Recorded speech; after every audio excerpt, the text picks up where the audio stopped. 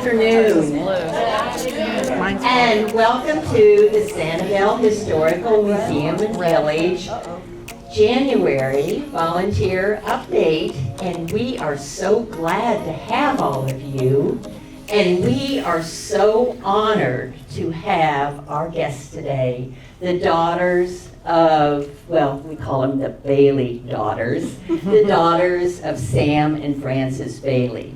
We have Meade Bailey Johnson. We have Ann Bailey Haggerty. We have T. Ann Bailey. And we have Ty Bailey Carter. How about that? And my good friend, Deb Gleason, will be our moderator today. And she and her family moved to Sanibel in 1958. And she was so fortunate to see these Bailey daughters grow up. And so it just seems so appropriate that she is going to be the one visiting with them today so they can share all these special stories of their very special fathers. So, Deb, I'll turn it over to you. Thank you, Gail. This is the first update that I've ever done, and we didn't do a dress rehearsal, but we did do just a little get-together to laugh about some of the questions that I had thrown at them. So it's not going to be perfect, but it's a volunteer update. And thank you all for coming, because I know not all of you are volunteers, but you're all members or supporters of our historical museum and village, and I really appreciate that. We have introduced the daughters. I'm moving on here. But I wanted to remind you that the purpose of our historical museum and village is to preserve, share, and celebrate Sanibel history. And today we're here to celebrate brothers Frances and Sam Bailey by asking their daughters to share their favorite island memories. How many today here have ever met Frances and or Sam Bailey? Could you raise your hands? Wow. You are very fortunate. I still marvel that there are so many islanders today that never had that good fortune to meet them. They, as you know, they were the pillars of this community, just as their father Frank had been before them. They had a brother John who grew up here with them, but he wandered off to the Jacksonville area to live his dream of a cattle ranch, complete with the mules that we also love so much at the museum. Frances was a founding consultant of our historical museum, and Sam was the visionary that brought additional buildings to the site to grow our museum into a village. Frances was on the first of many city councils, and he voted always to preserve historic preservation on our island. Sam did serve as the chairman of the Sanibel Historic Preservation Committee for over 2 decades. And I want to also mention that Ann, who's talking with Meade right now, was on the original committee to form the museum. So we'd like to thank Ann for that. Oh, thank you. Sorry, so many years ago. Many. Sisters Ann and Meade grew up with 2 other sisters and a brother at Bailey Homestead. They went to the old 2-room schoolhouse, which is now at the historical village, was in its original form of a 1-room schoolhouse. There had been an addition that had been added in the 30s. And Ann did tell me the other day that she remembered me there. Oh, yeah. Because Ann was in the smaller section, and I was one of the big kids in the larger part of the school, which is what we have at the museum today. So, do you remember the monitor board? A little bit. Right. I just remember the rooms were so small. Right. You right. guys got the big room. But. So they were also some of the first children to attend the current school where it is on Sandcap Road. So that was pretty groundbreaking. Now T-Ann and Ty, on this side of the table, grew up in Tampa because that's where Sam was working at the University of Tampa. But they came down often to visit their cousins and to stay most of the summers at Island Inn. And so they spent a lot of quality childhood time together. All four have memories of the homestead and the old Bailey store on the bay, and many of their favorite memories were of the Island Inn, which was the childhood home of their grandmother, Annie Meade Bailey. So just to start some of the questions. T, I'm going to ask you first because I thought this was very pertinent to the village. We have a tea room, and it's called Miss Charlotta's Tea Room. And I didn't realize that these girls actually met Miss Charlotta. I thought maybe she had passed on, but they actually knew Miss Charlotta of the tea room fame. So is there something you'd like to tell us about that? We called her Shabam, and the Francis Bailey family called her Aunt Char. So we had different names for her. And she was a very important aunt to both Francis and Sam. I want to say that she was one of the favorites. And she was very special. And her tea room was right next to the Bailey store. And when we were young, we would water ski out there and shell out there and have a grand old time. But she was older. And so she was in Fort Myers on a road called Miracle Lane. And we would drive down from Tampa, and that's the first place we would always stop to go and visit Shabam, or Aunt Char. And the Francis Baileys did the same thing. We also lived at the Island Inn in her cottage. It was called Matthew's Cottage, which some of you, if you've been to the Island Inn, may remember it. And that's where we lived in the summers. So we would drive down, visit Shabam, and then go stay in her cottage for 3 months out of the year and play with our cousins. And we had the whole island in to ourselves because it was a family. I guess it didn't attract enough tourists in the summer back then. So it was empty, and so it was a great place for us. But do you want to comment on anything on Shabam or Aunt Char? Or the Island Inn, if you have something you want to mention about the Island Inn right now. Well, You want to talk about your treasure too? No, she told us we're not supposed to talk about it. We have these instructions. Taskmaster, yes. We shelled up. The shelling was wonderful. We swam in the pool. There was an old barracks there, which some of y'all may have heard about or seen, that we played in, and we thought it was haunted, and we were very scared of it, actually, especially the little kids. Yeah, we were They're, petrified. But y'all can expound on that. We would bury treasures and do all kinds of things there. We love the Island Inn, but can you not hear me? Can we ask a question? Let's wait to the end. Yep. I think that your fathers were absolutely thrilled that you had a lot of the same childhood's memories that they did at the Island Inn, except you had electricity. We did. We did. Yeah. And That was air one. conditioning. Anything else? Yeah. I think we did. no, I think you said it. When I think, this was actually supposed to be an update, and so I was thinking about that, and I thought, well, something else that we portray in the village is the Algiers. And I have never known anyone that actually got to go into the Algiers. And then I found out there's one person in this room that did get to go into the Algiers. Would you like to comment on that? Sure. Yeah, I think I was in high school, and my mother used to walk all the way to the Algiers like every morning for sunset. And so occasionally I would walk with her. Well, one day Dad came in and said, guess what? We have been given the opportunity to go see it because they were gonna get rid of it or whatever.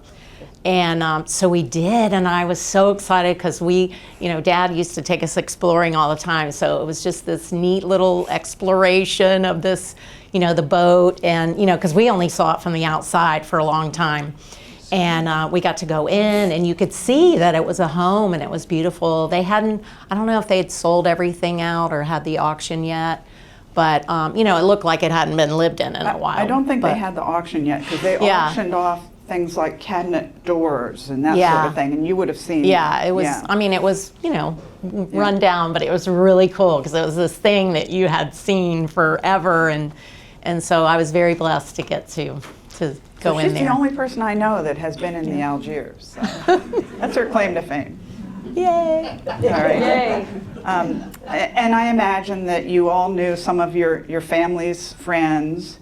And did anyone here meet Daisy Marin? I think I asked you that the other day, and she was quite elderly when you were little. So Yeah. I don't really, I remember everybody else that you have on the list, but I don't really remember her very Right. much. And Ellie Dormer, who is the founder of our museum, you've met Ellie Dormer. Yes, our mother Pauline used to go over there, I mean, on a weekly basis, if not more. And we would play outside while they visited. And yeah, she was a lovely person. Yeah. Very lovely. And the area they're talking about is where, of course, Shorehaven was, and Morning Glories was, and it actually, if you go down to the end of Bailey Road and turn left and continue along the bay, the road went way down there. We don't even know how to imagine that. But the road went down past these homes, the Shorehaven and the Dormer house, which was relatively new at that time that Ellie was living in.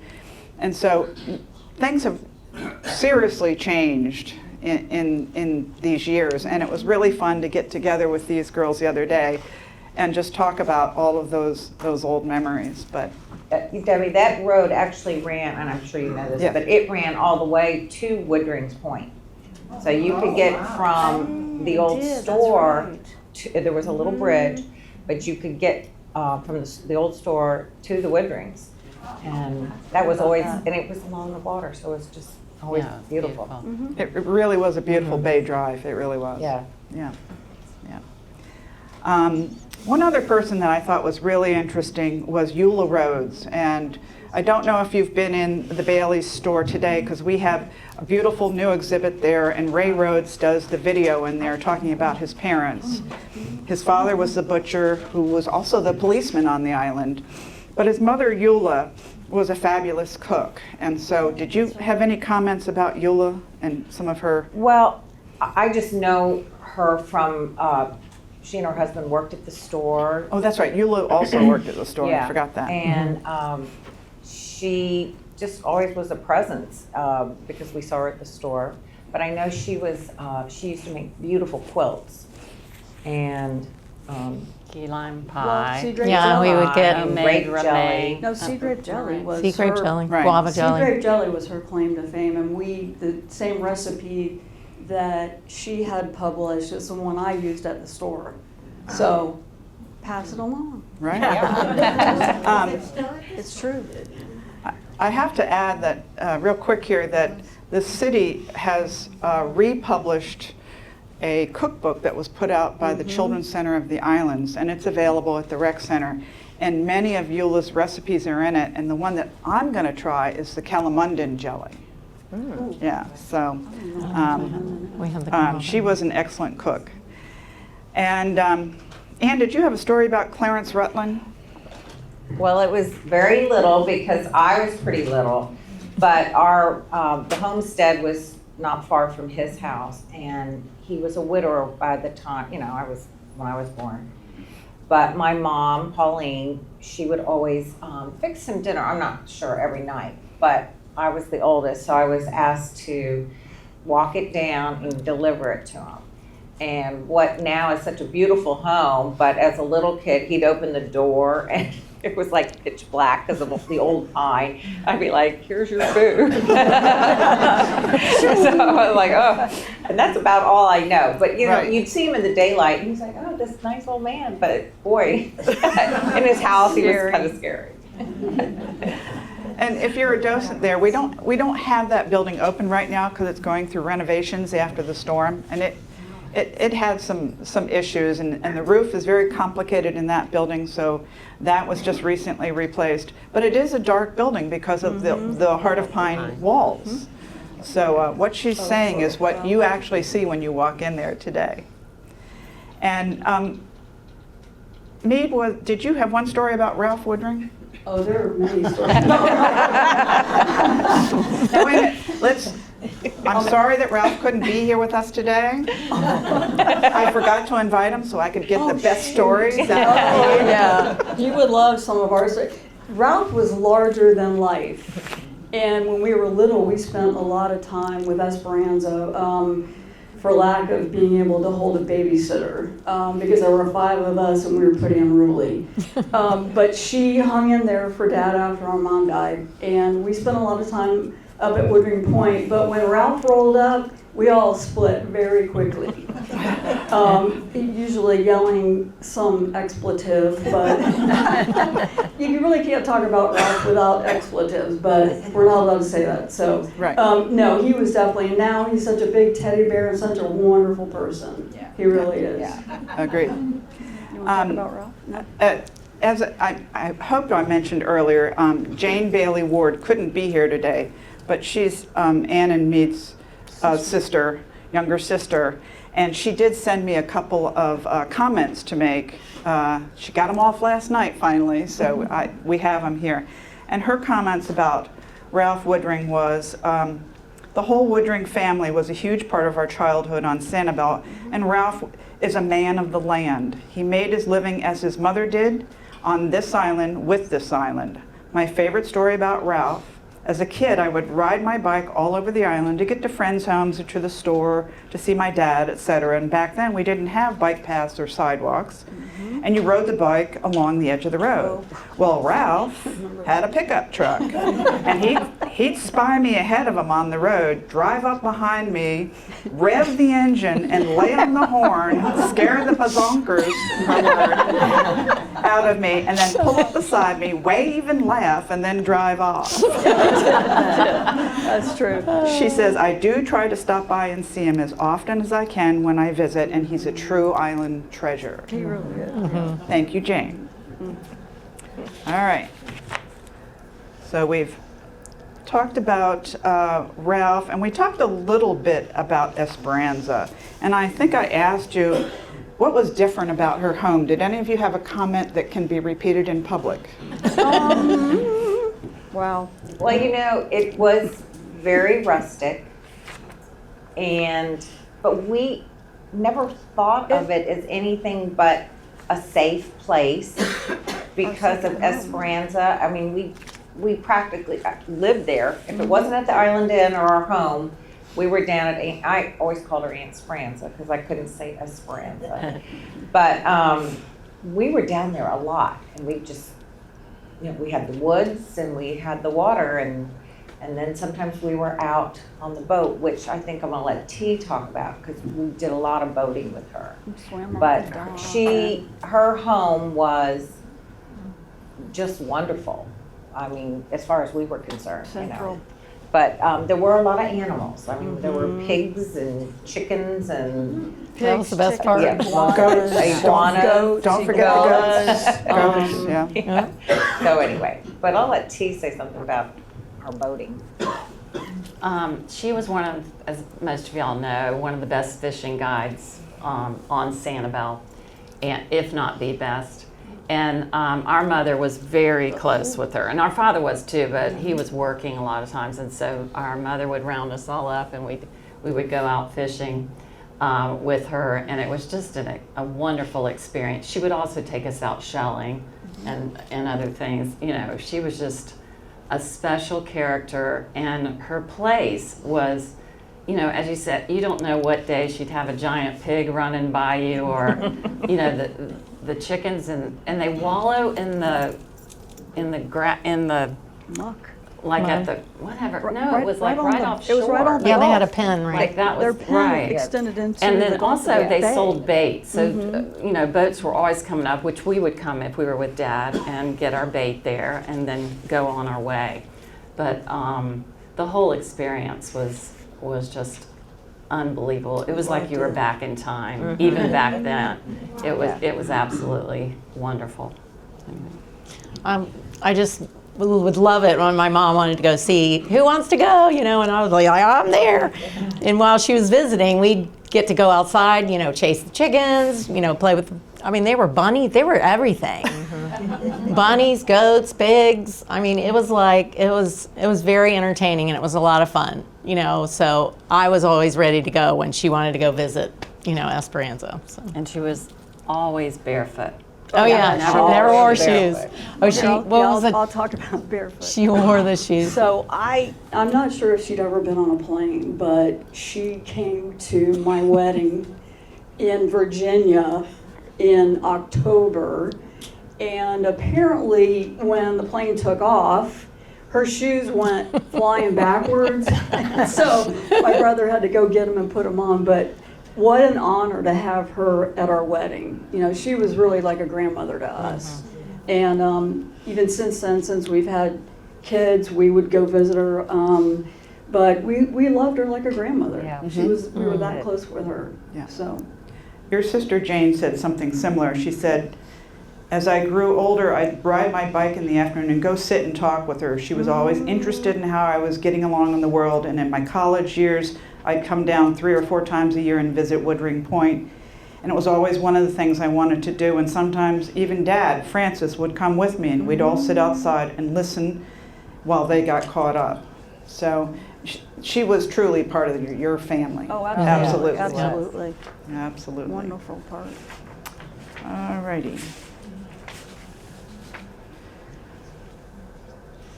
Could each of you, and this, I didn't coach them in any way on this, could each of you think of what might be your favorite island memory of your father? So, Mead, I guess I'm going to pick on you first. That's fine. I would have to say my dad was very passionate about raising bees, which most people probably don't know, but he had a series of maybe 10 to 15 hives across the street on Donax. And a lot of Sundays we would go over and he would show us how to smoke them and get the wax, or pull the wax out and get the honey. And he insisted that no one would get stung, but typically everyone got stung. So I mean, it was very endearing that he wanted to share that with us, but yeah, everybody got stung. And I don't think anyone went on to raise bees either. No. Not very Jane popular. did. Who did? Jane did. Oh, that's right, Jane did. Yeah. Okay. Yeah. You're next. Oh, well, just about Dad. I mean, it was, my favorite memory of him was Sunday mornings before we went to the bees, but we'd always go to church. But he would make pancakes every Sunday, and that was a very special remembrance. He did, yeah. And then our Christmases were incredible. They were, we'd go to bed, and unbeknownst to me until I was probably about 8, that they did the Christmas decorating, the tree, everything the night of, which I can't even imagine. They did. And so we'd get our stocking in the morning, and then we had to have breakfast, and we had to clean up, and then he would throw open the doors, and there was Christmas. It was just Yeah, a it was wonderful really special, memory. for sure. But I do also want to add, one of those special things too, in regards to Christmas, before St. Michael's was here, we went to the little community church. And every Christmas Eve, he read a verse from the Bible. And it was always Corinthians, chapter 13. And it was just something he read every Christmas. And that was very special to me. So. I'm sure to a lot of islanders Yeah. too. Yeah. Our father was very adventurous, and so Ty and I have similar happy thoughts. So I'm going to let her start, and then I'll fill in if there's more I want to add. Okay, thank you. My favorite time of year was in the summer when we were here. And Dad always made time for us. He would always call, like if he was, somewhere or we're doing something, he would call Mom and say, "Are they up yet?" Like he'd be excited, and he would bring us, and we'd have breakfast, and then he'd say, "Okay, what are we going to do today?" And it would be some fun adventure. But my favorite thing is when we would go island hopping. And so he would pick an island, and he wouldn't tell us, but we learned like how to navigate there, and then he would allow us to name the island. Like we wouldn't give it a nickname, that I'm sure it already had a name, but we would give it a nickname. But we would pack a picnic, and we would swim, and we would have lunch, and and then we explore, and we'd pick up trash if there was any trash there, or and then we'd all decide what we were going to name the island. And so that was my favorite thing that we would do here on the island. So Couple things. Dad always had a machete. And we would, no matter where we went, it could be a piece of land on Sanibel or on one of these islands, because they were filled with trees and brush and briars and whatever. So he would machete the way, little paths through the islands. So he did not go anywhere without his machete.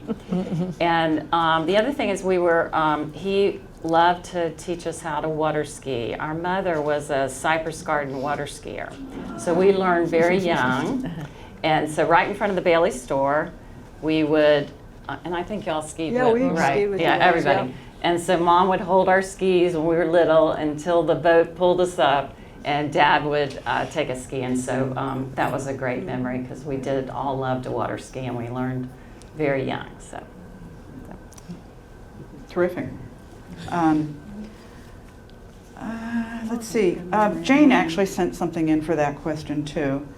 And hers was not necessarily a childhood memory. It was after she got older. But she said that Dad and I would drive around the island for fun, and he'd tell me stories of what the island was like in his day. We'd go somewhere in particular, and he'd tell me what used to be there, what the area used to be used for. I wished she had written it all down, and maybe I can get her to write more of this down. But she would talk about things like West Gulf Drive, because West Gulf Drive used to go in front of the buildings. Where we drive now on West Gulf Drive is the new Gulf Drive. Yeah. So she mentioned that. And she mentioned fish fries, and we don't really have fish fries anymore, and I can blame that on the mullet, because we don't have mullet like we used to have mullet. No, It true. used to be, mullet were so easy to catch, and he would explain to her about community fish fries that sometimes were at the Island Inn or sometimes were at the Legion Hall, and also at Kinsey Park, which was at the east end of the island, across from where Ferry Road used to be a park over there. And it was a community park where we had a lot of fish fries and a lot of just island celebrations. So she brought that one up. I miss the mullet too. Yeah. That and she was talking about going around the island. We used to ride bikes, and he would take us to cemeteries and tell us who everybody was, and he'd tell the story. It was awesome. The fish fries that I really remember are the ones down by Ferry Landing. And I just remember all the old station wagons. Well, they weren't old then, but the station wagons, that's about what it seemed like most people had, or some kind of Packard. Yeah, we had one. But those Yeah, are the Mom ones always I had them. remember. And then they kind of, went fewer and fewer. But Yeah, that it was was a Kinsey lot Park. of fun. Yeah, that was a lot of fun. And it really was the community place to gather for picnics. And they would even have things like sack races and impromptu softball games. Yeah. And occasionally there would be boats out front where people would water ski and that sort of thing. But that's where we held island celebrations. And it's kind of sad that we don't have that type of park with that kind of multi-use anymore. And it was on a regular basis, if I remember. Like 4th of July. was it? Okay, I Yeah. thought it was more than that. Well, it was, and I can't remember, it was Memorial Day maybe? I don't Yeah. remember. Probably when the snook were running. No, I'm sorry, the mullet were running. Yeah, the mullet. Yeah. Well, up until right before Ian, Ralph was smoking mullet for us at the store. And we were selling his mullet at the store. So he was, whether we wanted it or not, he'd bring it over. You're gonna sell smoked mullet. He did. We got some mullet for you. Okay, I'm going to stretch over a little bit here. I know we've covered this already, but one of our questions was, did your fathers ever tell tall tales of pioneer days on Sanibel, when they grew up with only a generator that occasionally gave them power to light up the night and cool their icebox? And there was no mosquito control when they grew up. Did they tell you of hardships growing up on Sanibel? Well, I would, no, they didn't, because I don't it was commonplace to them not to have refrigeration or AC or electricity or any of those things, but they did talk about the island in the beginning when there was no vegetation. They could travel from point A to point B without having to go, they go from the house to the store with no problem. So it was pretty devoid of vegetation back then. Right. So I do remember Dad talking about that. Our buildings. What was the car story that you mentioned the other day? Oh, The car story? remember? Well, one of many, but this is the one that always cracked me up, because there were not that many cars. This is But a a- shenanigans story. But apparently, I think it was that's- Dad and Uncle John, and they, I think, skipped school or skipped something, and they were driving the only car they had down the road and thought they were going to get away with it. And then they see Granddaddy coming down the road, so they duck down so it looks like nobody's driving the car. But of course, Granddaddy knew the car and knew it had to be one of the boys. So anyway, that was Pretty funny. he loved to tell that story.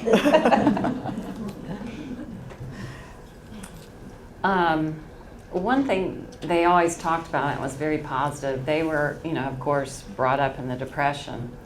And they really felt like they were so lucky because they were farmers. They grew their own food, so they were never hungry. And they had the grocery store. So they had everything they needed compared to other people who didn't.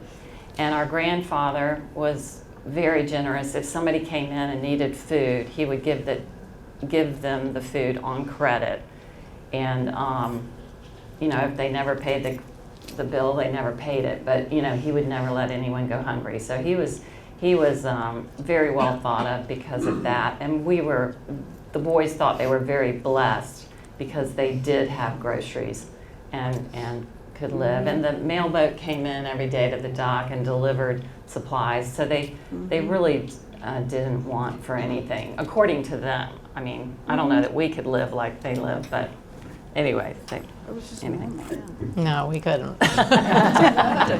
I don't remember. Yeah, I think they felt very grateful for their life. I mean, when Dad would tell me stuff, he was very grateful.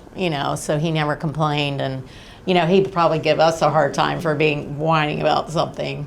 When we were, so you would hear things like that, but never complain. I mean, he loved his life here, Actually, Jane had something similar to say about this question. Okay. And she said that when we complained about how hard our life was, we heard plenty about the hardships of growing up on a barrier island. No electricity until the 1940s. If you missed the last ferry, you were stuck there until the morning ferry. True. They had to use palmetto fans to swish away the mosquitoes before they could go into the house. Hurricanes and floods, there was no government agency that swooped in and gave support in those days. Nope. There was limited fresh water. You had a cistern that you lived by. Of course, you could go to Bailey's and buy big bottled water there, but that was only for drinking water, of course. And Jane had a favorite story that doesn't really fit in here, but it impressed me. She said back in the day, you could put your hand against a window screen, hold it there for a couple minutes, and then pull it away, and you would have the pattern of mosquitoes hanging on the window screen because they were after your hand. She did say about her dad, Francis, she said he very rarely complained about the heat. Yeah, he did not. He enjoyed the hotter the temperature, the better for Francis. If it got below 80, he was, Yeah. Yeah. It's the same. he was freezing. That's true. Okay, we've seen the Bailey name around a lot, and I'm hoping you can shed some light on why we have the Bailey track. Of course, the Bailey Road went to the Bailey store, so we know why that's named Bailey, but do any of you know anything about the Bailey tract, which is, as you know, the park that's on Tarpon Bay Road? It's actually a very pleasant walk to walk through there. Yes, our grandfather and Jane Dean Darling met, I guess, and he asked our grandfather if he would donate land or give some land, 99 acres, whatever it was, right there, that was mostly swampy and preserved, and it was great for the birds and everything. And so Granddaddy owned that land and did donate it. I think he did get something for it, but it was pretty much like a donation, was our understanding when we were growing up. So. And any of you want to remark on the land that now has the Bailey Matthews Shell Museum? Sorry. He was good on that. My dad used to tell me that the Bailey Matthews Shell Museum, they wanted to build a museum. And so the three Bailey boys, I think, right? Yeah, probably. Donated the land for the museum, for the Shell Museum. And they were going to name it the Bailey Shell Museum. And they said, no, we want the Matthews name in there, because the Bailey boys weren't big shellers. And they felt like they should honor their mother and their grandmother, who was from the Island Inn. They started the shell fair. They had beautiful shells. Have any of y'all been to the Island Inn before Hurricane Ian? You saw the extensive shell collection. But they were the shellers in the family, the Matthews. And that's why it's called the Bailey Matthews Shell Museum, because to honor their mother and their grandmother. Yeah. It's true. The Matthews were the shellers, and the Baileys were the farmers and retailers. Yeah. So last but not least, we need to talk about the books connected to your family. We have them on the table here. Both Frances and Sam wrote autobiographies, and Frances had considered writing a Sanibel book as early as 1948. He did enjoy writing. But he messed around and didn't complete his book until he was 91. And he did this with the assistance of island historian and journalist Emily Alfino. And we have her in the audience today. Could she stand up?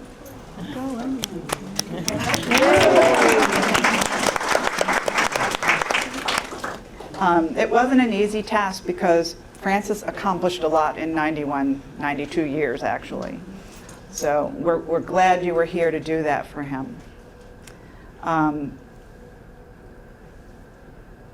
Sam wrote his book, as I recall, a little earlier with the assistance of an editor in Miami. But both men spoke of their wonderful childhood years on Sanibel, and that's what they really wanted to share with people. They both relayed that their early years, and then when they pursued careers off island, one was in the military and the other was in sports.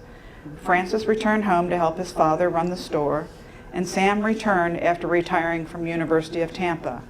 But they both gave endless hours to the community, while in city government, Chamber of Commerce, Lions Club, and of course our historical museum and village.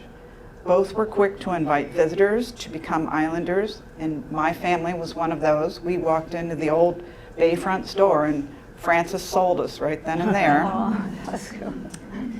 And they also wanted to remind islanders who left for their education and careers to someday return to be part of the Sanibel community again. And Sam even had a program that he did for many years where he would invite the island seniors graduating from high school. He would invite them to the store and he'd write them a poem. And he'd read them a poem because he was a poet. They're all in his book. And then he'd give them $100 and he'd say, I want you to take this money, you can spend it as you want as long as it's on your bettering yourself, on your books, on your training, if you're in the Air Force, whatever, just use it to better yourself and then come back to Sanibel. So, my last question, before y'all get to ask your questions, while Francis and Sam have departed our world long before the effects of Hurricane Ian, what do you think they would tell this community that they loved? Would they hearken back to the storm of 1926, which of course destroyed their store, which was a wharf store? And would they be surprised at the resiliency of the historical village that they were so instrumental in creating. Answers? I think they would probably be arguing about which storm was more severe. And they would tell each other they were wrong, and it would be a whole dialogue there. But no, I don't think that they would, be surprised at all by our resiliency after Ian at all. And they would have done exactly what we've done, one foot in front of the other, and just keep plugging it away and rebuild. I think that's because it was just normal to them. Yeah. It knocks you down, but you get back up and keep going. Yeah. So, I can't really say it any better than that because Sanibel was, they grew up here, they came back, and it was their home, no matter whether they lived elsewhere a little bit here and there. But no, they wouldn't be surprised because that's what they did. And everybody that loves this island is and has done the same thing. You pick yourself up and you go on. And that's the only way you can do it. And they love this island and they would not be surprised. They'd be proud, really proud. They would. I agree with Ann. Our grandfather went through hurricane after hurricane. He rebuilt, and then Francis and Sam just continued every hurricane and survived and continued to thrive. So they would be very proud of everybody that's worked so hard to bring back their original, if they were able to, their original places. They both stayed for Charlie, so they probably would have stayed here. And either they would have made it or maybe not. not. And then, but I think, I feel very blessed that this whole community, what they have done to bring this island back, including, our family that was here and has been and still doing, so many things to bring this beautiful island back to what it is. And just like, Sam and Francis, they would have been right there with you and, cheering you on and leading you through it. But you guys did an amazing job, getting this beautiful island back to where it is. So thank you from us who don't live here all the time, but thank you. We appreciate it. Ty, can I just say one thing? I will have to say this. So I had moved away from Sanibel when Charlie hit. And when I was able to get through to Dad, it was just sort of, they were getting through it and everything's fine. I said, but there was no running water, I guess, for a while. And I said, well, what are you doing? He goes, well, that pool that I have never used in my life, I'm using that cement pond to take a bath. No, I got it great. I've got a Charlie story. He did that for 2 weeks. Well, and when we finally got through him, we were very worried. But we asked him, well, Dad, how was it? Were you worried? Were you scared? I didn't hear a thing. Like, are you kidding me? Half of your roof is gone. You didn't hear anything. He said, no, I had my hearing aids out. That's a true story. Yeah. We were laughing so hard. Our father stayed upstairs at the Bailey store. Oh, okay. Because his house was on the beach, so it was a little bit dangerous. So he stayed upstairs and he watched it through the sliding glass doors. The things fly by. One was a portalette, but he was very entertained by everything flying by. But he was good.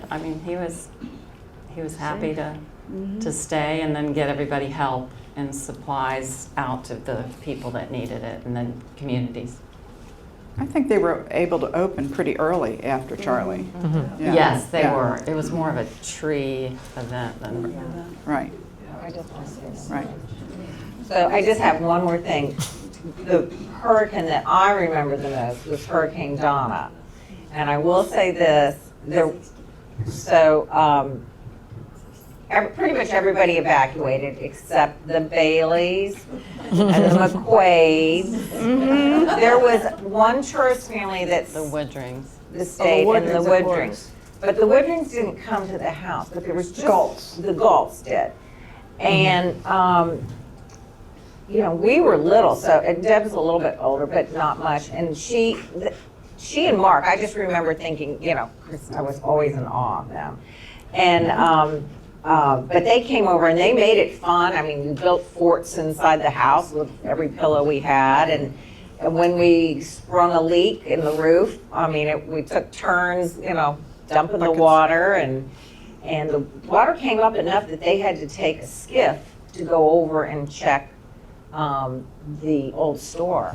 But as a little kid, I just remember it was kind of fun, you know, kind of exciting. Nobody got hurt.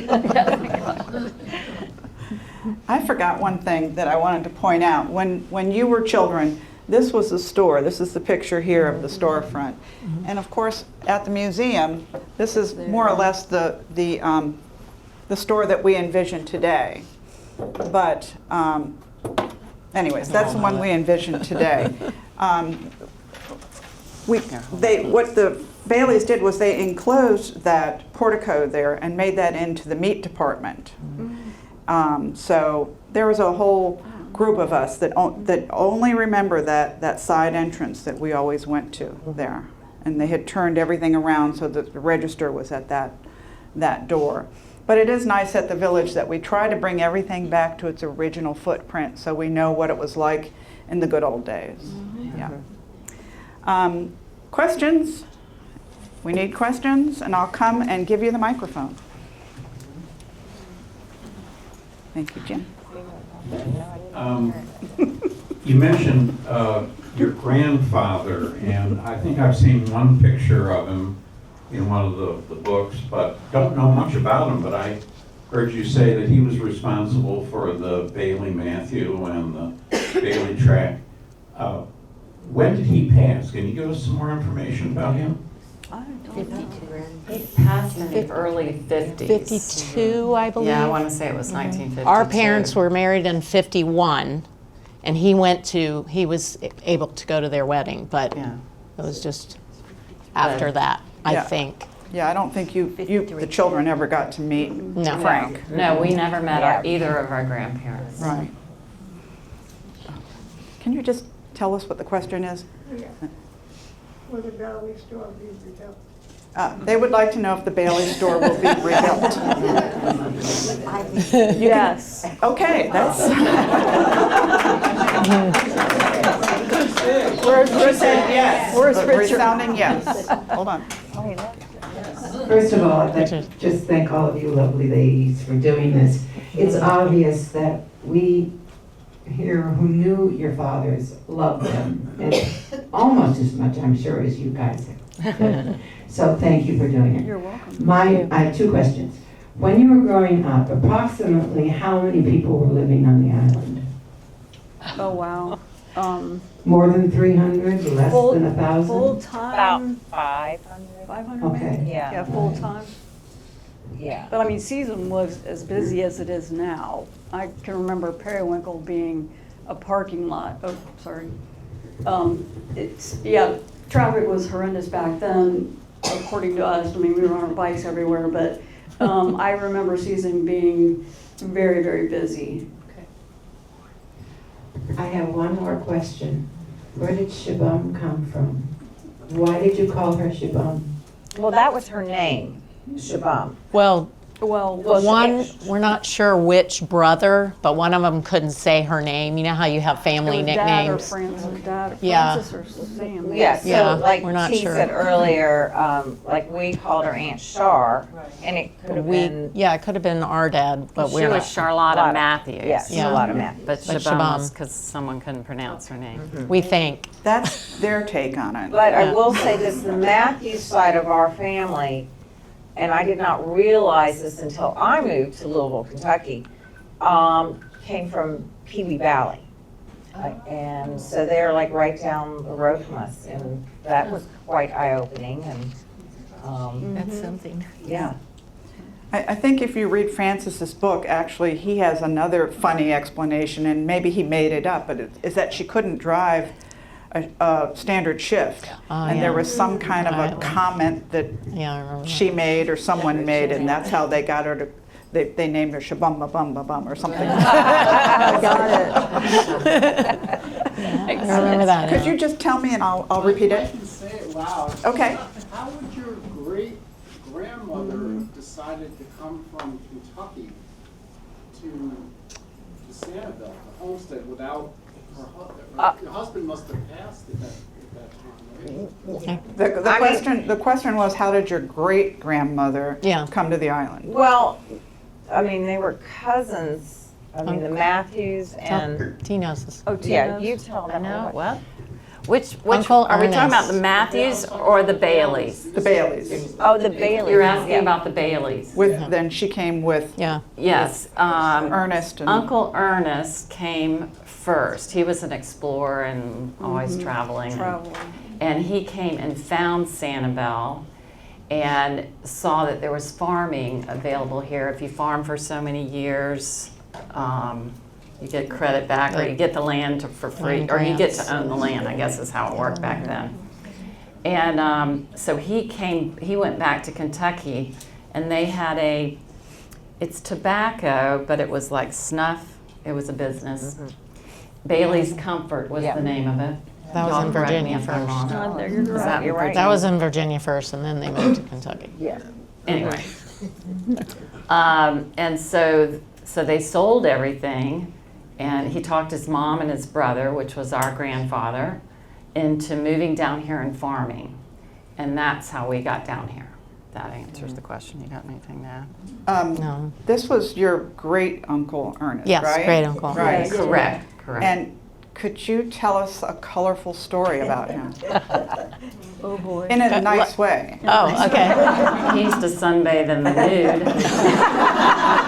At the Island Inn. He had a special little hut. At the island, that's true, he did. And we knew that story. It was kind of funny. Yeah, we, He also we were did little. it on the Bailey dock, There but were he would 9. stack up vegetable crates around him so people weren't staring at him. But he was convinced that if he tanned his backside, he would avoid getting cancer. Yeah, Yeah. and he loved the ladies. So he talked with a British accent. And he wasn't British.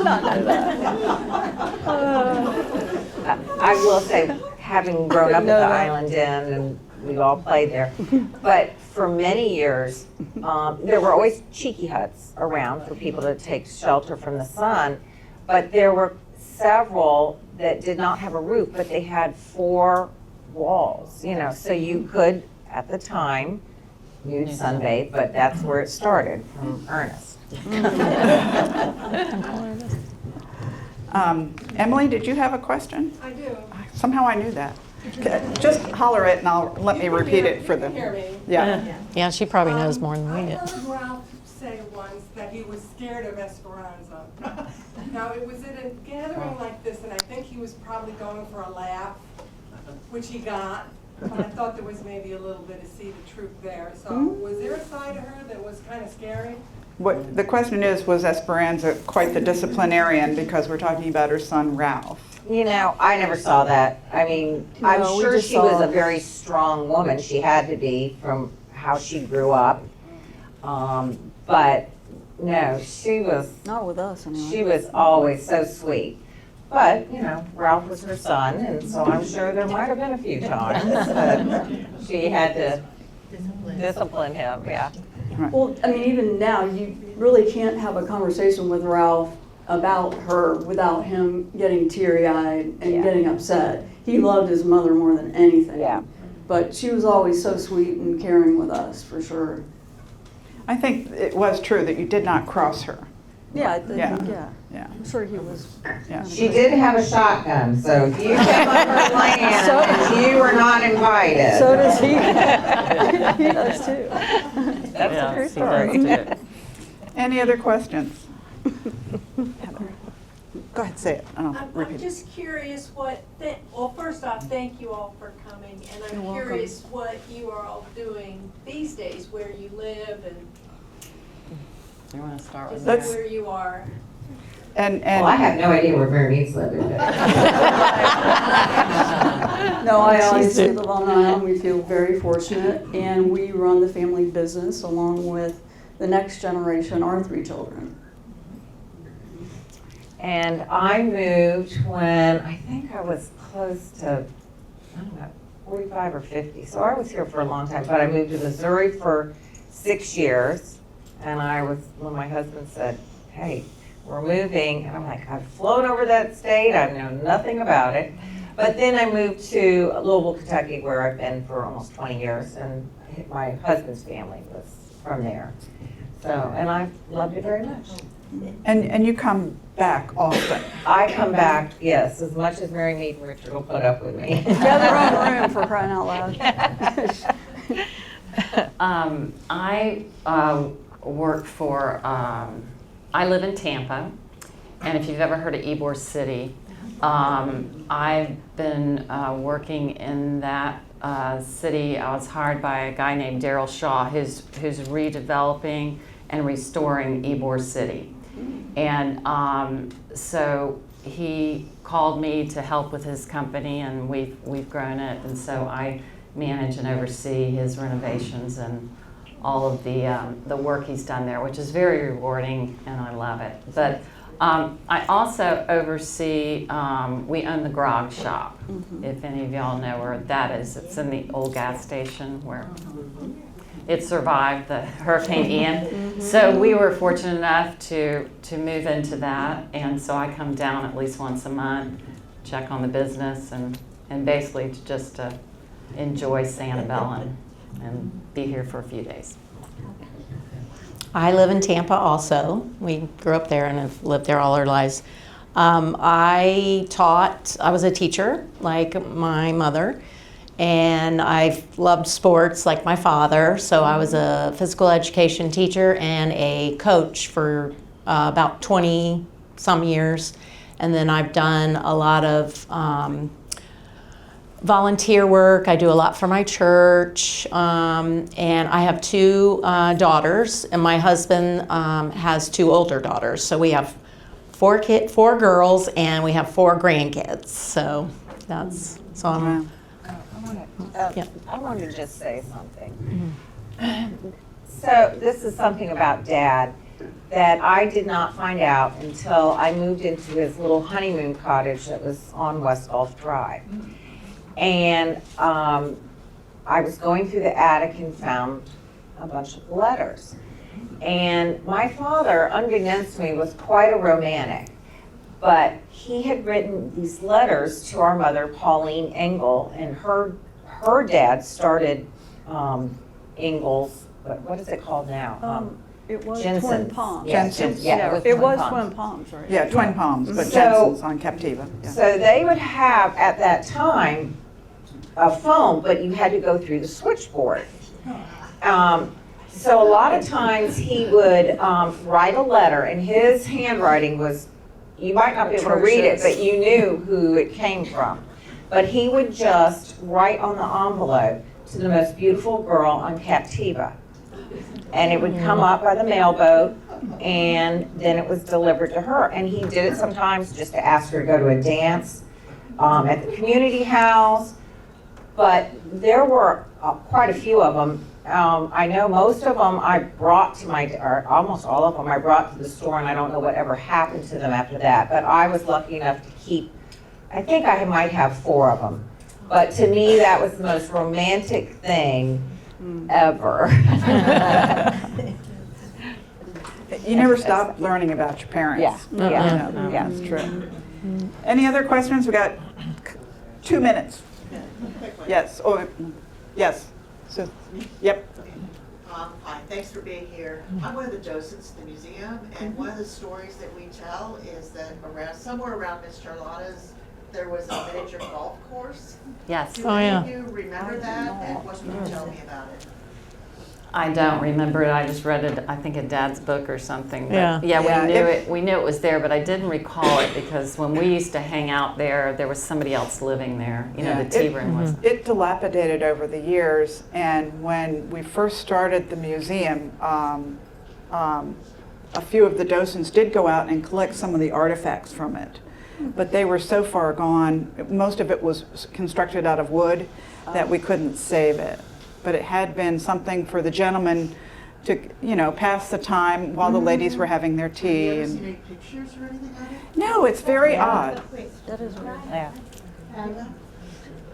We also a docent, Yes. and I had heard from another docent, but I've repeated it many times, that Miss Charlotta's tea room, she came with her goods early and they cooked at the hotel, and she brought them by donkey.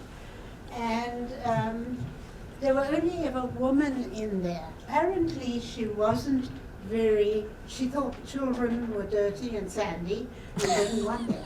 Yeah. And that's why we don't have a photograph. Is that true? Not to my knowledge. We do have a wonderful picture of Miss Charlotta standing in front of her tea room. She's actually, it's one of the few informal pictures we have of her. She's got an apron on and all this. The tea room actually wasn't in operation for that many years. I believe it was 10 years at the most. And so and it was a time during the Depression almost. So, you know, not a lot of activity at that time, but it kept people entertained while they were waiting for the ferry, because that's where the ferry first started going out from. And then it moved down to towards the lighthouse. I can't remember which year it was, but it did move down to the lighthouse, I think in 37. That was 30. Yeah. It was Ferry Landing where the Kinsey brothers started the new ferry. Right. Yeah. So that was Ferry Landing, and Casa Marina was the little restaurant they started there as kind of like an answer to Miss Charlotta's tea room. So we had two different tea rooms of sorts. The only phone on the island there then. Yeah, and the only phone on the island was there at the Kinsey docks. Yeah. Yes, ma'am. I just have a question, and thank you very much for sharing all your stories with us. What time period were you all going to school here, living here? Are we talking about 50s, 60s, 70s? You all look very young. Maybe we're talking about the 80s? No, I was here in 1958, the minute, that's when I was born. So they started coming down every year since I was born in the summers. And I was born in 56, so I went to elementary school here. I spent, I think, 1 or 2 years in town, and then I went away to boarding school and then college. Me as well. I went to Sanibel school. I think it was just through 8th grade, and then we had to go over the bridge to go to school, and then I went away to prep school when I was 14. So that had to be the 70s, I think. Yeah. We'll take one more question. I'm the youngest. Oh, two. Wait a minute. No. Oh, we got two. Hi, I'm sorry. I'm the youngest. I was born in 65, but again, you know, the minute you're born, you get your first summer, and I learned how to swim at the Island Inn. That's my claim to fame. That But and being on the Algiers. Yes. Yes, Yeah, yeah. and the only one that didn't get to ride the ferry, because they built the causeway in 64, so. Poor thing. I know. I know, I sad. remembered it. Steve has been patient. He was one of my first hands up. As a kind of a follow-up with that, I just wondered what the opinion of the brothers was of the building of the causeway. Oh my goodness. I don't think they want it. You know what? These women, actually, some of them weren't born yet. So they know the history of what Francis in particular may have said, though. Well, I think he wasn't exactly on board initially because he loved the island the way it was. And that, you know, I never heard him say anything disparagingly against it, but I know, you know, later on he would have preferred the island to stay the same. And that's about it. But obviously we needed the causeway, and it has helped, you know, build the business and increase, you know, places for people to come and live. and it was a good thing. No, I did a. He does have a good comment in his book, My 92 Years on Sanibel. There is a comment in there. Yes, ma'am, back row?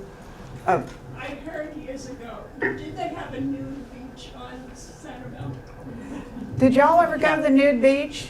Well, I went, but I didn't do any of that. But I saw some things I don't want to talk about. Wasn't that up at, It was Bowman's Beach. Oh, yeah. Yeah, Bowman's Beach. I heard We had a that. friend that used to come from Boca Grande, and he would always drive the boat right, very slow by Bowman's and tell us about it when he got here. I think there was one more question in the back. Oh, yes. I just wanted me to tell us quickly about her, quote, boarding school. Oh, me? Yeah.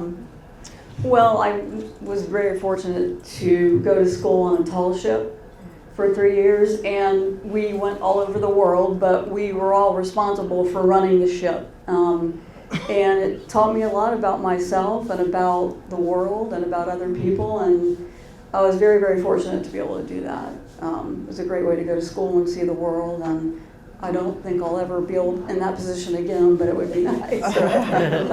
But no, very, very fortunate to be able to do that. That was great. Mhm. Yeah. All right, any They're other all very questions? jealous. And, oh, yes, sir. I'm John, I work at the library here. I work with Betty in the archives department, and thank you for the history. We have a video, Bailey Brothers on the Family Business from 1993 that Betty and I just finished transcribing. Sam could have played Vegas. 18 Sammy and Sam. Yeah. But Sam liked to start a sentence and start another sentence and start another sentence. Oh, yeah. So it took us a while to get through it, but we finished it. So if anybody wants to see it, it's Oh, in the library's fantastic. World History Program, and it's Francis, Sam, and John. Oh, And it's wow. highly entertaining. Thank you. I Thank would that. highly recommend that, but let's remember how many oral histories are here at this library. It's an unbelievable resource. It really is, and we're so very fortunate to have a library that's kept our history, because Ian showed us how fragile it is. And fortunately, we have everything that the library has saved for us. Same way with the village. Yeah. We have a village that Yeah, encapsulated and the village did very well, but as far as papers and tapes and pictures, I was just so glad that we had it here at the library. Yeah. So I think it's getting a little late, so I'm just going to say thank you to all of you volunteers, docents, and members who support our historical. Yes, thank you. Of course, a big thank you to the Bailey girls, because without their family input, I don't think we would have a village, to tell you the truth. Or it would be just a shadow of what it is today. So thank you and your families so much. You're welcome. Thank you.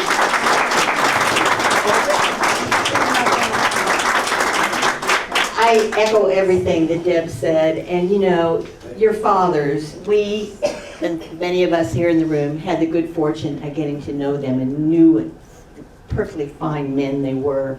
And that's why we really appreciate all of you, because you're going to have to keep them all, keep your dads on, I don't know how to say it, but just so it's something that all of our new members too will feel like they really knew them too. So we really appreciate you and your time sharing these stories, because it just makes us feel like we know them, and that is so important for our Sanibel history.